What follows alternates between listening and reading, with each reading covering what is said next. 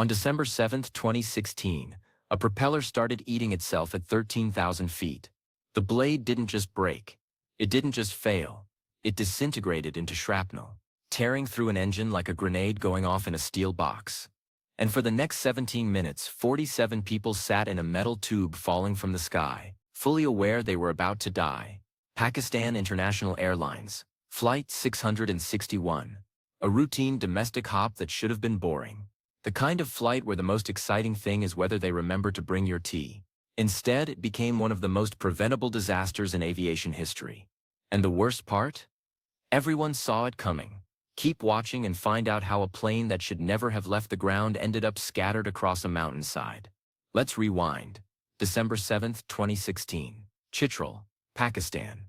A town wedged into the Hindu Kush Mountains like nature's afterthought. Beautiful, remote and connected to the rest of Pakistan by exactly one reliable method that isn't a death-defying mountain pass. Air travel. And on this particular Wednesday, PIA Flight 661 was the lifeline. The aircraft, an ATR-42-500. If you're not an aviation nerd, think of it as a regional workhorse. Twin turboprops. 48 seats. The kind of plane that shuttles people between cities nobody's making documentaries about. Reliable, efficient, and designed for exactly this kind of route. Short hops over challenging terrain. Mountains, valleys, weather that changes moods faster than a toddler. The crew was experienced. Captain Saila Janjua had logged thousands of hours. His first officer wasn't some fresh-faced rookie either. The cabin crew knew their jobs. By all accounts, this was a professional operation, the kind where everyone's done this flight 100 times before. Chitral to Islamabad. 1 hour, easy. 42 passengers boarded that morning. Families, business people, a famous singer named Junaid Jamshed, traveling with his wife, former chairman of Chitral's Scouts. People with lives, plans, and zero reason to think this Wednesday would be anything other than routine. The plane pushed back at 3:50 p.m. local time. Everything normal. Engines spooled up. Takeoff was smooth. Climb out, unremarkable. Air traffic control cleared them to 13,000 feet. The flight plan was straightforward. Fly south, cross the mountains. Descend into Islamabad. Should have been airborne for about an hour. Should have been. But here's the thing about the ATR-42-500. It's powered by 2 Pratt & Whitney engines. Turboprops, which means they're not jet engines. They're turbine engines that spin massive propellers. And those propellers, they're not one solid piece. They're made of individual blades. Blades that can be adjusted in flight to change pitch. Blades that are essentially the only thing between the engine's power and forward motion. Each blade is a precisely engineered piece of metal, usually designed to spin at ridiculous speeds while enduring enormous stress. Centrifugal force trying to rip them off the hub. Aerodynamic pressure from the air they're cutting through. Vibration. Temperature swings. Every single flight, those blades are taking a beating. Which is fine. They're built for it. As long as they're maintained, and that's where things get interesting. Or rather, terrifying. Flight 661 had been airborne for about 13 minutes when the left engine started making a noise that should never, ever happen. A vibration, not the normal hum of a turboprop doing its job. This was wrong. The kind of wrong that makes pilots sit up straight and start scanning instruments. The propeller on the left engine was coming apart. One of the blades had developed a crack, a fracture that had been growing, spreading, weakening the metal every single flight. Until December 7th, when physics decided enough was enough, the blade failed. Catastrophically. When a propeller blade breaks at full power, it doesn't just fall off. It explodes. Centrifugal force launches the broken piece outward like a missile. And in this case, that missile weighed several kilograms and was traveling at supersonic speed. It hit the engine nacelle, tore through metal, ripped into the gearbox, shredded fuel lines. The engine didn't just fail. It tried to tear itself off the wing. Inside the cockpit, alarms screamed. The left engine was dying. Fire warnings. Loss of power. Vibration levels off the charts.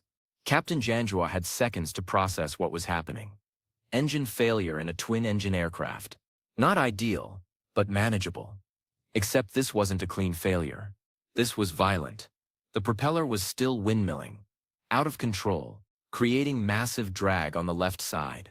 Standard procedure for engine failure is immediate. Identify the failed engine, shut it down, feather the propeller, which means turning the blade's edge on to the wind to reduce drag. Maintain control. Declare an emergency. Find the nearest suitable airport. Land.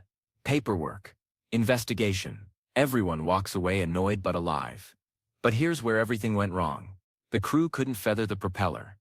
The mechanism had been destroyed in the initial failure. The blades were stuck, spinning uselessly, creating drag like an open parachute on one side of the aircraft. The ATR-42 was designed to fly on one engine. Every twin-engine aircraft is. But it's designed to fly on one engine with the other one properly shut down and feathered. Not with a dead engine creating massive asymmetric drag. That's when the nose wants to turn toward the dead engine, because of the drag imbalance. The pilots fought it with rudder input. The ATR-42 has a relatively small rudder for its size. It was designed for efficiency, not for wrestling with a catastrophically failed engine at 13,000 feet. Captain Janjoa declared an emergency. Air traffic control offered the nearest suitable airport. But the ATR was losing altitude. Not rapidly, not in an uncontrolled dive. This was worse. This was a slow, inevitable descent that no amount of skill or training could stop. The working engine was at full power. It wasn't enough. The cockpit voice recorder captured everything. Professional communication. Calm voices discussing options that were rapidly vanishing. The pilots weren't panicking. They were problem-solving, trying every procedure, every trick, anything to keep the aircraft flying long enough to reach flat ground. In the cabin, passengers knew something was catastrophically wrong. The noise. The fact that the plane was clearly descending when it should have been level. Some were praying. Some were on their phones, sending final messages to loved ones. Junaid Jamshed, the famous singer, reportedly spent those last minutes in prayer. The crew tried everything. They attempted to restart the left engine. Didn't work. They considered ditching in a river. No suitable options. They looked for any flat ground. Anything. Steep valleys. Rocky terrain. Forests. Nothing you want to land a turboprop A on. 17 minutes after the initial failure, Flight 661 was out of options. And out of sky. The pilots had kept it under control through sheer skill and determination. They'd stretched those 17 minutes out of a situation that could have ended in seconds. But physics doesn't care about skill. Eventually, math wins. The aircraft impacted a hillside near Havalian, about 70 kilometers north of Islamabad. The crash site was remote, steep terrain covered in trees. The impact was catastrophic. The aircraft broke apart on contact. Fire consumed the wreckage almost immediately. All 42 passengers and 5 crew members were killed instantly. Local villagers saw the plane go down. They reached the crash site before emergency services could. There was nothing to do, no survivors, just wreckage and fire and the awful understanding that dozens of people had just died on a routine flight. But here's where this story stops being about a tragic accident and starts being about criminal negligence. Because that propeller blade that failed, it was a ticking time bomb. And PIA knew it. The investigation that followed was damning. And I mean absolutely brutal in its findings. Multiple times. It had exceeded its service life. Those inspections either weren't done, or if they were, someone ignored the results. Maintenance records for that aircraft read like a horror show. Deferred repairs. Pencil-whipped inspections. Components past their replacement dates. The ATR-42 Flight 661 should never have been cleared for flight that day, or the day before, or the month before. But it gets worse. This wasn't unique to that one aircraft. Investigators found widespread maintenance failures across PIA's fleet. Pressure to keep planes flying regardless of their condition.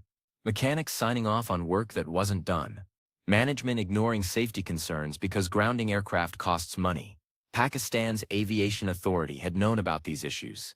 International regulators had raised red flags. The European Union had banned PIA aircraft from European airspace years earlier because of safety concerns. But domestically, business as usual. Keep the planes flying. Worry about maintenance later. The crash of Flight 661 forced a reckoning. The investigation revealed that up to 40% of Pakistani pilots held fake licenses or had cheated on their exams. Not slightly fake, completely fraudulent. Though to be clear, Flight 661's crew were properly licensed and qualified. The problem wasn't the pilots. It was everything else. PIA grounded aircraft, fired executives, promised reforms. The Pakistani government made stern announcements. International regulators imposed more restrictions. For a while, it looked like maybe something would change. But here's the thing about institutional corruption. It's like trying to bail out a boat with a hole in the bottom. You can scoop water all day, but until you fix the hole, you're just performing for the crowd. The families of Flight 661's victims filed lawsuits. They demanded accountability. They wanted answers for why their loved ones died on a plane that should never have been in the air. The legal battles dragged on for years. Settlements were reached. Money changed hands. But money doesn't bring back 47 people who died because someone decided that proper maintenance was too expensive or too much trouble. And let's talk about what those 17 minutes must have been like. Because this wasn't sudden. This wasn't instantaneous. 47 people had time to understand what was happening. Time to process that they were going to die. Time to make phone calls, send messages, pray, hold hands with strangers, contemplate their lives. The psychological torture of a prolonged crash is something most aviation disasters spare their victims. Usually, it's over too fast for conscious thought. But Flight 661's passengers and crew had to sit with their mortality for 17 minutes. Knowing the pilots were fighting. Knowing it probably wasn't enough. Waiting for the inevitable impact. Captain Janjoa and his first officer fought that aircraft until the very end. The flight data recorder shows they maintained control almost until impact. They didn't give up. They didn't panic. They did everything their training and experience could offer. It just wasn't enough to overcome the mechanical failure that should never have happened. The crash site investigation found pieces of the failed propeller blade scattered across the hillside. Forensic analysis confirmed what everyone already suspected. Metal fatigue. Cracks that had propagated over multiple flights. A failure that was absolutely predictable with proper inspection and maintenance. Here's what makes this particularly infuriating, but they're not unheard of. The aviation industry knows how to prevent them. Regular inspections using ultrasonic testing or eddy current methods. Immediate grounding if any cracks or damage are detected. This isn't complicated. It's not even expensive compared to the cost of operating an airline. But it requires giving a damn. It requires a culture where safety isn't something you pay lip service to while cutting corners behind closed doors. It requires regulators who actually regulate instead of rubber-stamping paperwork. It requires mechanics who refuse to sign off on aircraft that aren't airworthy, even if it means getting fired. It requires management that understands aircraft don't care about quarterly earnings reports. Flight 661 crashed because none of those things existed in sufficient quantity at PIA. The propeller blade failed, but the real failure was systemic, organizational, cultural. The kind of failure that killed 47 people and could have been prevented by someone, anyone deciding that safety actually mattered. And here's the kicker. The airline has a history of crashes and incidents that reads like a textbook on what not to do. But political connections and national pride kept it flying. National carrier. Too big to fail. Too important to ground. Right up until it killed another few dozen people. The international aviation community watched Flight 661 crash and collectively sighed. Another preventable disaster. Another airline with systemic problems. Another investigation that would reveal shocking negligence. Another round of reforms that might or might not stick. The pattern is depressingly familiar. Today, PIA operates under heavy restrictions. Many countries still ban its aircraft. The airline's reputation is in tatters. Bookings are down. The financial losses are staggering. Turns out killing passengers is bad for business. Who knew? But for the families of Flight 661's victims, none of that matters. Their loved ones are still gone, killed by a propeller blade that should have been replaced, flying on an aircraft that should have been grounded, operated by an airline that prioritized everything except the only thing that actually matters: getting people safely from point A to point B. The memorial for Flight 661 sits near the crash site. names carved in stone, flowers left by families who still visit. A reminder that behind every aviation disaster are real people, real lives cut short, real families destroyed, numbers on a safety report that were somebody's parents, children, spouses, friends. December 7th, 2016, should have been unremarkable. Another Wednesday. Another routine flight. Instead, it became the day 47 people died because an airline couldn't be bothered to replace a propeller blade, because regulators couldn't be bothered to enforce their own rules, because an entire system failed at every single level, that ATR 42-500 was destined to crash. Not because of bad luck. Not because of pilot error. Not because of weather or mechanical mysteries. It was destined to crash because people made decisions that guaranteed it eventually would. The only variables were when and how many would die. Flight 661 answered those questions. The response was 17 minutes of terror, followed by a hillside covered in wreckage. And somewhere in PIA's offices, someone probably breathed a sigh of relief that it wasn't worse, that it was only 47 people, that they could contain the damage, make the right statements, weather the storm, but you can't contain 47 lives. You can't spin away that kind of preventable tragedy. The families know. The investigators know. Anyone paying attention knows. Flight 661 didn't crash. It was crashed. By negligence. By corruption.